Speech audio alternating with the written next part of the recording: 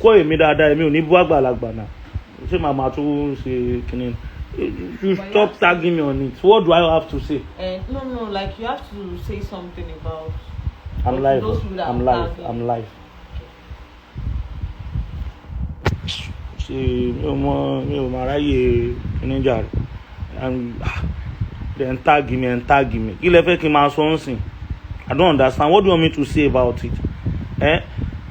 You keep tagging me on the video the woman Esabod made about my dad. What do you want me to say on it?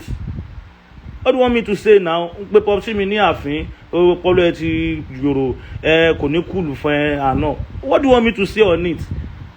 Nígbà tèmi náà bá tó bẹ̀rẹ̀ sí ní búyà àgbàlagbà, á jẹ́ pé wọ́n kọ́ mi dáadáa nìyẹn. Èmi gbọ́dọ̀ show sign pé okay wọ́n kọ́ èmi dáadáa.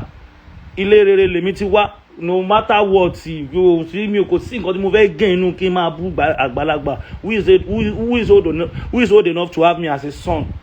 Age mate làwọn tó ń búra wọn yẹn. And tó bá dẹ̀ gbọ́ fídíò tí popsi mi ṣe dáadáa kò sí anything tó jọ mọ́ pé bóyá wọ́n bú ìyá kan pé wọ́n bú wọn. He only made this thing clear. After all enter pè ní president ẹgbẹ́ ṣé nǹkan máa lọ bákan wọn ní lè sọ̀rọ̀ ni then who else will talk if he doesn't talk? Ìgbà lè expect kí mi ọmọ ṣe kí n máa wá ní ìyá kan èmi ò ẹ má worry ẹ má tag mi lórí ẹ̀ mọ́. Ẹ ti get nǹkan tí mo sọ ń sìn. While growing up I could remember vividly while growing up mo tó bóyá bí 24-25 years of age kó tó di pé mi ò kúnlẹ̀ bá popsi mi sọ̀rọ̀ mọ́. Kò sí ọmọ ẹlẹ́ṣọ̀ kankan tẹ́lẹ̀ṣọ̀ train tá a bá ń bá popsi mi sọ̀rọ̀ lọ́wọ́ I swear on my career a máa wà lórí ìkúnlẹ̀ tá a máa fi bá wọn sọ̀rọ̀ tán ò ní lè wojú wọn. Popsi mi ti ká mi mọ́ títìrì tí mo lọ ra nǹkan ní Kòròdú tí mo lọ ra nǹkan wọ́n fẹ́ bá mi sọ̀rọ̀ nínú mọ́tò níta gbangba mo ń wò rárá báyìí pé ṣé màá wá kúnlẹ̀ níta gbangba ni I had to so the way bó ṣe bring me up ẹ̀yin náà wò báwo ṣó gba ẹnu mi báwo ló ṣe máa rí though I'm fighting for my father I'm fighting bó ṣó wá gba ẹnu mi kán ní ìyàwó kí n máa bù ẹni tí wọ́n bá kọ́ dáadáa kò nídìí kó mọ nǹkan tí social media ti di nìyẹn àgbàlagbà dẹ̀ làwọn èèyàn fi ń ta yín sìn. I don't know the joy they derive in kó máa rí àgbàlagbà fín. I don't understand bóyá kò tiẹ̀ ń ṣe wọ́n lára bákan. In the first place why would I do a video to mock her or in return of the mockery tó ṣe fún popsi mi or what? And now àfin kìíní kan àfin olóríire ni bàbá dáadáa ni go to the industry go to anywhere his name has paved ways for me. Inú orúkọ wọn ni mo ti ń jẹ́ ń sìn. If he had done anything wrong in the industry or wherever he has stepped his legs into tó bá yẹ pọ́n ti ṣe nǹkan tí ò dáa ni I won't be here today. It has been the help of God and the foundation that man laid, and that's why dem náà ṣe máa ń wà careful in order not to spoil the name because ẹ tó sì máa jẹ́ ní orúkọ yẹn pọ̀. Just go and check it out. It might not be rich, it might not be as rich as some other people, but níwọ̀nba look at his skin now, look at everything now. Kò dàgbà lójú mi. It remains the same, just that pé ó kàn wá di body díẹ̀. Bàbá dáadáa bàbá olóòótọ́ tí wọ́n bá ń tó ní tó jẹ tí yóò ṣàtẹnu jẹ bírú bàbá bẹ́ẹ̀ ṣe máa rí nìyẹn. I respect him a lot. Popsi mi ò fẹ́ anybody in the industry. For the past 33 years tẹ́mi ti mọ̀ pé bàbá mi rèé o. Tẹ́mi ti kò fẹ́ anybody pé ó yá o. Tí popsi bá dẹ̀ máa fẹ́ yàn á máa mọ̀ pé okay ó fẹ́ lágbájá wọlé ni oníyàwó méjì oníyàwó mẹ́ta kò kọ̀yàn náà so ìwọ̀nba náà tó dẹ̀ fi lé mi lọ́wọ́ lèmi náà tẹ́ láti ṣe that is why mi ò ṣe ń kọjá àyà ara mi. Àìmọye nǹkan tó ti yẹ kí n sọ̀rọ̀ sí tó ti kàn mí légbò but I won't talk. Tẹ́lẹ̀ṣọ́ àti woman yẹn bá ń pò age kìíní sí làwọn kí n máa wá bu adúrú ìyá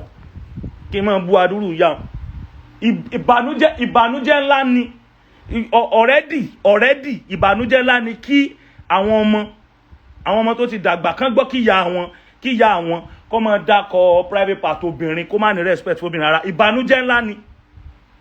Ìyá àti bàbá mélòó lẹ́yìn ti rí tó ń ṣerú nǹkan bẹ́ẹ̀ yẹn ayé ti dorí kodò ní ẹni tó bá sì ti kọsẹ̀ káàánú mọ́tútà rẹ̀ kọsẹ̀ orí tó bá yẹ pé bójú mu tó bá jẹ́ pé na by right èyàn ní máa ṣe bẹ́ẹ̀ yẹn and in the first place gbà tó yẹ pé we see everything as cruise.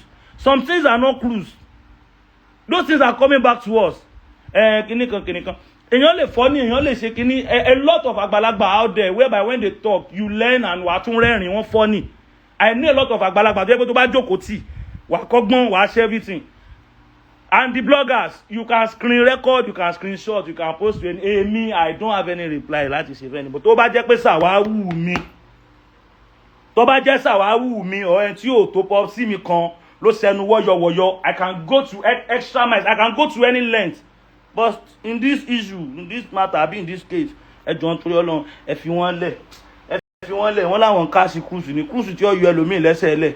So please, I'm sorry, I'm sorry. I just posted a video actually, and someone commented, "Oniyemi Elesho, you are stupid. Esabo is abusing your father. Why didn't you reply?" I don't understand. Why do I have to reply? What do I want to say?